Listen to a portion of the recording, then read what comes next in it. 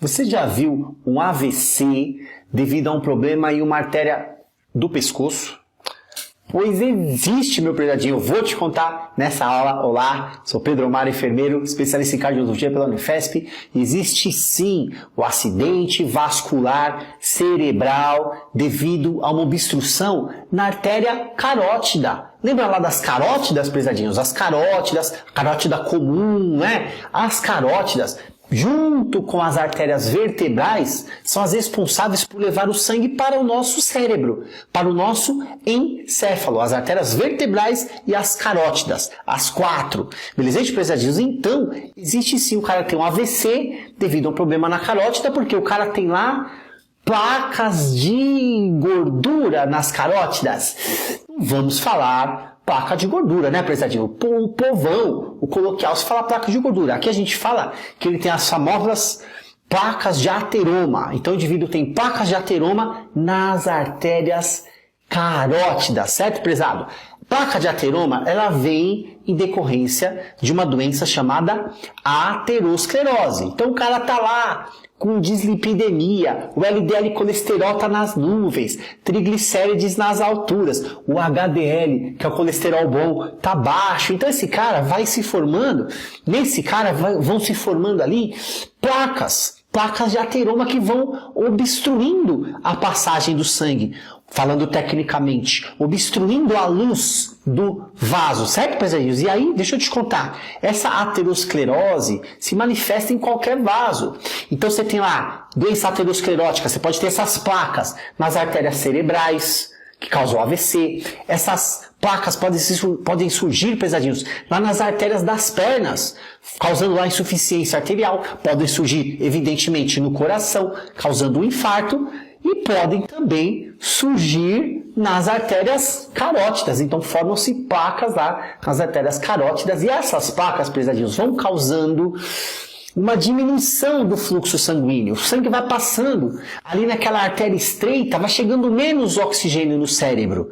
Certo, prezado? Menos oxigênio no cérebro. Essa artéria carótida, ela está, guarda esse nome, estenosada. Já viu esse nome, estenose? Estenose faz uma correlação com o quê? Com estreitamento.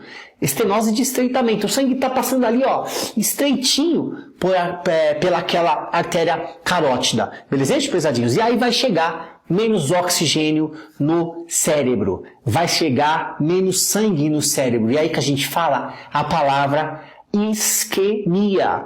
Ah, o cara teve um acidente vascular cerebral isquêmico. O que é isquemia? Para mim, prezadinho, se você não sabe o que é isquemia, só essa palavra já vale a aula. Isquemia, você usa para tudo. O cara teve lá uma lesão por pressão. Nossa, prezado, não tem nada a ver, eu sei. Mas se ele teve uma lesão por pressão, foi por causa de quê? De uma isquemia naquela região sacrococcígea, por exemplo.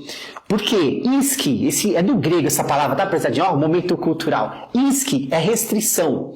Mia, de sangue. Então, isquemia é que está chegando pouco sangue. Então, se o cara está lá na mesma posição, não é isso? E aí ele desenvolve uma lesão por pressão, foi porque estava com uma região de isquemia.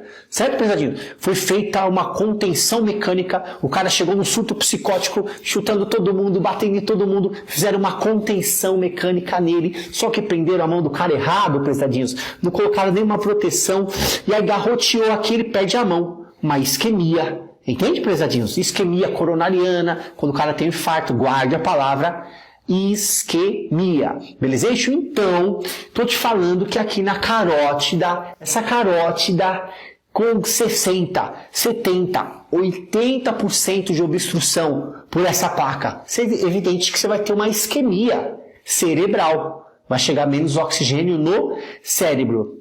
E além dessa isquemia, além de já estar passando pouco sangue, faz um raciocínio comigo, prezadinhos. Pensa o sangue passando ali, ó, estreito,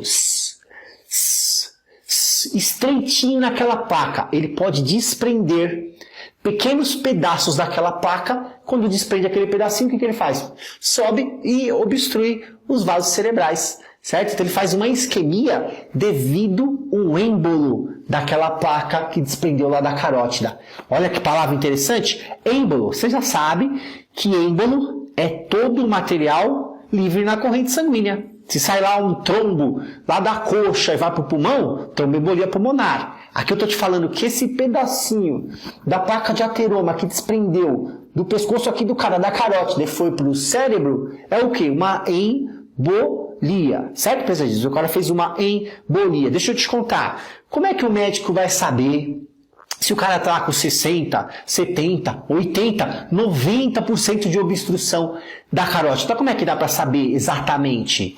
Pelo Doppler. Então, você guarda também o nome do exame. Então, tem lá um Doppler. Sempre que fala de Doppler, você pensa em fluxo. Ah, ele fez um Doppler dos membros inferiores.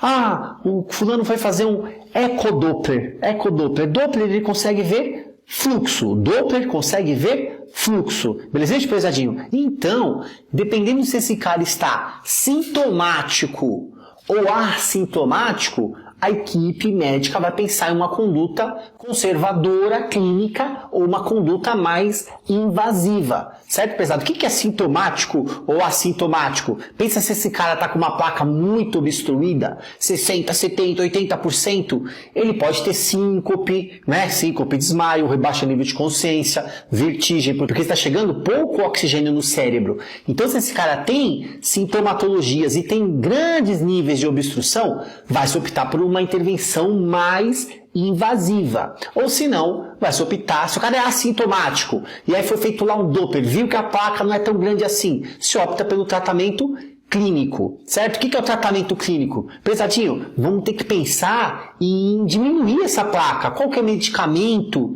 que diminui placa?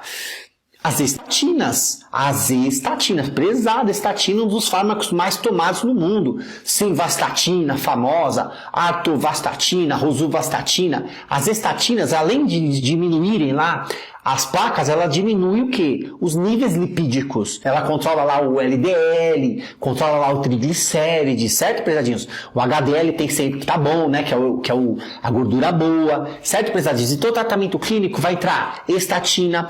Tem que entrar, prezadinha, cigarro tem que parar, porque a nicotina, esse cara tem que parar de fumar. A nicotina é um dos mais potentes vasoconstritores. Pensa, a artéria já está fechada e ele fumando, a nicotina fechando aquela carótida mais ainda, fora os outros malefícios da nicotina. Então tem que parar de fumar. Aí ele vai ter que pensar reeducação alimentar, perda de peso, atividade física, beleza? Esse seria um tratamento o quê? Clínico. Agora, o médico, e aí eu vou até te falar que médico que é que cuida, você sabe?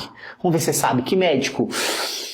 Mais o vascular, tá? Mais o cirurgião vascular. Mas pode ser também o neurologista. Também não tem correlação? Toda correlação, né? Com o cérebro e toda correlação também com o vascular, com os vasos, beleza? Então, a equipe pode optar também por um tratamento mais invasivo. E aí, prezadinho, dentro de um tratamento invasivo, eles divergem lá entre eles.